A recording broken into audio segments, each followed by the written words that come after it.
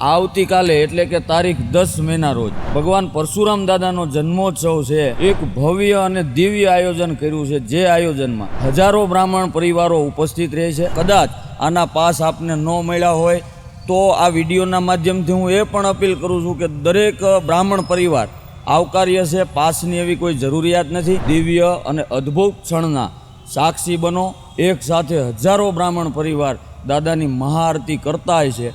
આ નજારો આપણી એકતા માટે પણ જરૂરી છે અને બ્રાહ્મણોએ અત્યારે એક થવા માટેની જરૂર એટલા માટે પણ છે કે હું મિલનભાઈ શુક્લ આપ સૌ બ્રાહ્મણ બંધુઓ સહિત બધાને આમંત્રણ પાઠવું છું, દરેક જ્ઞાતિ જાતિને, કે ભગવાન પરશુરામનો 5 દિવસનો જે જન્મોત્સવ અમે દર વર્ષની જેમ આ વર્ષે પણ મનાવીએ છીએ. તો અમે બહુમાળી ભવન ચોક ખાતે 5 દિવસ ભગવાન પરશુરામના પંડાલની સ્થાપના કરી છે. રોજ અવનવા કાર્યક્રમો હોય છે. ઉદાહરણ તરીકે સનાતન સંસ્કૃતિને ઉજાગર કરતા સત્યનારાયણની કથા, બાળકોની વેશભૂષાનો કાર્યક્રમ હોય છે. એક દિવસ શ્લોક સ્પર્ધા હોય છે.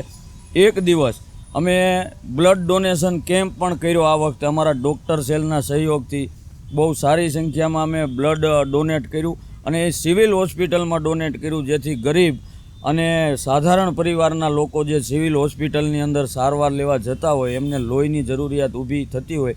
આવી સેવાકીય પ્રવૃત્તિ અને ભગવાન વિષ્ણુના જે 6ઠ્ઠા અવતાર એવા ભગવાન પરશુરામ દાદાનો જ્યારે જન્મોત્સવ ચાલી રહ્યો હોય ત્યારે રાજકોટની તમામ જનતા જે ધર્મપ્રેમી છે એમને હું હાર્દિક નિમંત્રણ પાઠવું છું કે ત્યાં આરતીનો લાભ લે, દર્શનનો લાભ લે.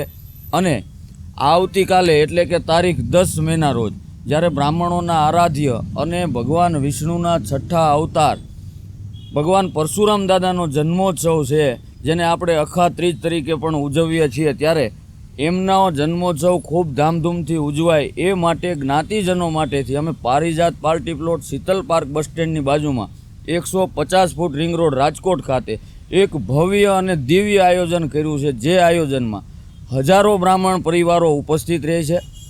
દાદાની મહાઆરતી યોજાશે. આ ઉપરાંત અદ્ભુત અને ગઈ વખતે પણ જેવી રીતે શાસ્ત્રી મેદાનમાં ફરસી રાસનું આયોજન હતું, આ વખતે એનાથી ડબલ સંખ્યામાં બ્રાહ્મણ બહેનો અને દીકરીઓ ફરસી રાસ પણ અહીં બતાવશે, આયોજન કરશે. આ ઉપરાંત ભવ્ય રાસ ગરબાનું પણ આયોજન થશે અને સાથે સાથે મહાપ્રસાદનું પણ આયોજન થશે. તો કદાચ આના પાસ આપને ન મળ્યા હોય તો આ વિડીયોના માધ્યમથી હું એ પણ અપીલ કરું છું કે દરેક બ્રાહ્મણ પરિવાર આવકાર્ય છે. પાસની એવી કોઈ જરૂરિયાત નથી. પાસ ફક્ત અમે એક સગવડતા માટેથી રાખીએ છીએ કે આપણને વ્યવસ્થા કરવાની ખબર પડે. પણ માની લ્યો કદાચ કોઈ અત્યાર સુધીમાં પાસ મેળવી શક્યું નથી તો એ પણ એમાં આવી શકે છે અને આ ભવ્ય અને દિવ્ય કાર્યક્રમમાં જોડાઈ શકે છે. આ ઉપરાંત ટ્રેડિશનલ ડ્રેસમાં આવવું ફરજિયાત છે, કારણ કે આપણે બ્રાહ્મણ છીએ, આપણી સંસ્કૃતિને ઉજાગર કરવાની હોય અને એ સંસ્કૃતિને લઈ અને ચારેય વર્ણ સહિત સનાતન ધર્મને માનનારા લોકો અનુસરતા હોય છે. ત્યારે આપણી નૈતિક જવાબદારી બને છે કે આપણે જે પણ કાર્યક્રમ કરીએ એ ધર્મ અને સમાજને કંઈક સંદેશ અને મેસેજ જાય એવા ભાગરૂપે આપણે આયોજન કરતા હોઈએ છીએ. ત્યારે આ કાર્યક્રમમાં લગભગ 21,000થી વધારે લોકો ઉપસ્થિત રહે છે આવી સંભાવના છે. ત્યારે આપ પણ બધા વિડીયોના માધ્યમથી આપ દરેકને હું હાર્દિક નિમંત્રણ પાઠવું છું. દિવ્ય અને અદ્ભુત ક્ષણના સાક્ષી બનો. એક સાથે હજારો બ્રાહ્મણ પરિવાર દાદાની મહાઆરતી કરતા હોય છે.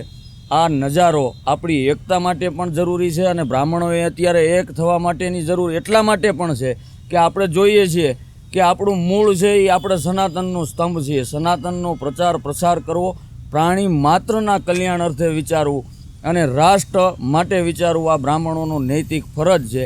એ ફરજને જો આપણે સારી રીતે પૂરી કરવી હોય તો પણ આપણે બધાએ એક થઈ અને આ રાષ્ટ્રનું, આ સમાજનું એક ઘડતર કરવાનો સમય છે.